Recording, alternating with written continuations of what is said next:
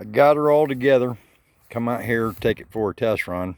There's a couple little things I need to do, like get the decals.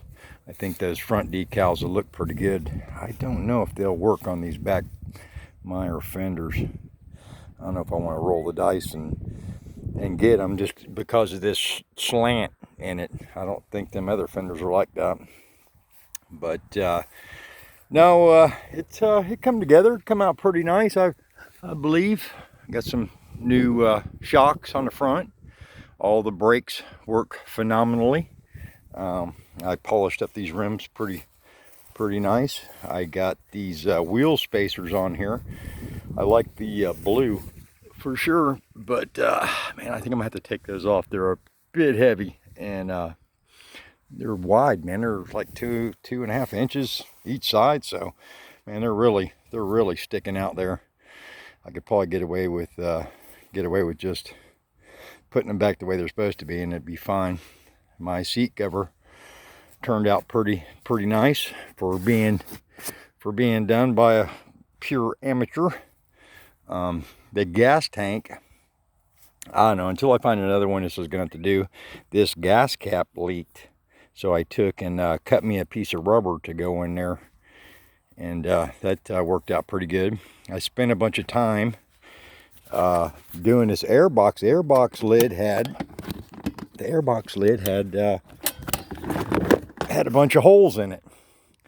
So I took some epoxy and filled them all in, and thought, well, you know, I want to be able to sink this thing in some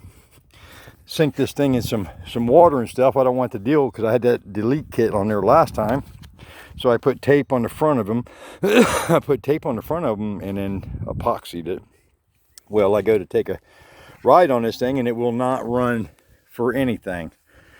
It idle and you could give it a little bit of gas, but then after that it just went south on you quick. And I figured, well, I did put that 38 millimeter on there, and the motor, it'll take it. But like I said, I forgot I had this lid all sealed up, so I took it off and it started running a little bit better. But I don't know, I put the carb on there and I took it off. I was going to jet down a little bit. I took the bowl off and the jet fell out on the ground. So my bad. Anyhow, I got it all back together again, and I drilled a couple of holes in this thing, and drilled them back through the old holes. And it still wasn't up to snuff, so I drilled this one out a little bit more because there were some big ones and some small ones. So maybe 2 will get it.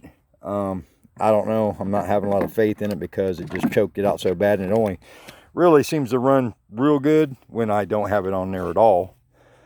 I don't know. The splashing, I guess, from the tires will help stop a lot of it, but it just kind of takes away from wanting to get into some stuff and not getting my air breather full of mud and water and whatnot. But the fenders got on there pretty good. This old hood, I don't know. I don't care for it too much. It's got a messed up spot there. But I ordered these lights. It had 2 of them. I only needed 1. And they plugged right in there. I didn't plug in there. I had to make me a couple little clips and clip it in the OEM boot. But I'll be god dog if it doesn't work. It works pretty good.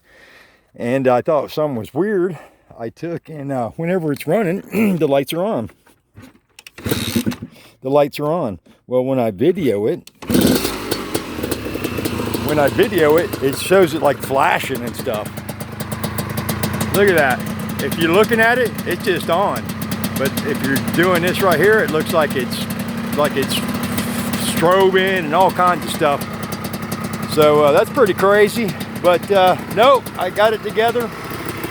Like I said, I only got a couple of things to do to it. Got me a new grab bar. This was a pretty good deal. $45, come with the bolts and everything. That new FMF pipe, it surely made a difference. It just looks a lot better than that one that was on it. I wanted to keep the price tag on this low, but you know how that goes. I probably saved myself a little bit of money by doing a lot of this stuff myself. I'm sure I saved a lot of money, but as far as it goes, this bike could have been at this level for thousands of dollars cheaper. I don't recommend anyone buying a bike offline because I would have never paid what I paid for it. If I would have been physically there and then listened to it, I would probably never paid. I know I would have never paid what I paid. Maybe I wouldn't have got it. Maybe I would have, you know, who knows. But it also, location, where I am, you got to pretty much take what you can get. This bike is not a West Coast bike, but I'm sure it came from parts from over that way at one point. The frame ain't terrible. I just noticed that a bolt had, oh my God, man, what did I do? Oh man, my motor mounts bolts. I didn't tighten them up, dumbass. Damn, son. Gotta remember, tighten them bolts down, or you'll end up doing that shit right there. Got 2 bolts in my hand. Anyhow, yeah.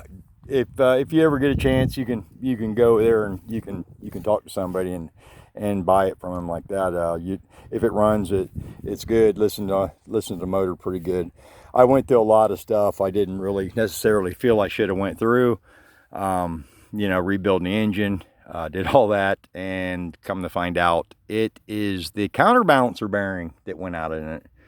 And I just, you know, I held that mechanic in high regard. Not so much now. I mean, it took me thinking about it a little bit to come to that conclusion, but after I pulled that out, pulled the water pump and redid all that, I grabbed a hold of that gear and it was loose. So, you know, you live, you learn. You know, you gotta take your medicine, as I say. But it was a nice project, man. I love doing it. I love these bikes, man. I just need something else now. This bike, it's gonna go. Once you've had a big bore, these small bore 250Rs, I mean, they're a lot of fun, but they're surely not a 330 big bore. And like I said, it's a ripper, but it's not a 330. So kind of disappointed there power wise. I mean, it's zippy, but just not scary. You know, I'm more of I like to be scared when I'm squeezing down on that throttle. I want to be concerned that I might end up being hurt. So, you know, that's how I like to ride. I don't know, but it all come together. Doesn't look half bad. The money I got in it, little high for the normal person. I don't think you would have paid as much as I paid if you ever get a chance to do it. But if you do ever get one, take every single nut and bolt out of it, take it completely apart, and you will learn a lot about these bikes. And this frame and everything is just, man, these are the best bikes in the world, in my opinion.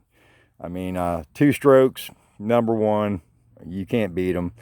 A lot of parts out there to get for them. So here it is. Like I said, I got a couple more things to do, and then this one's going to go for sale.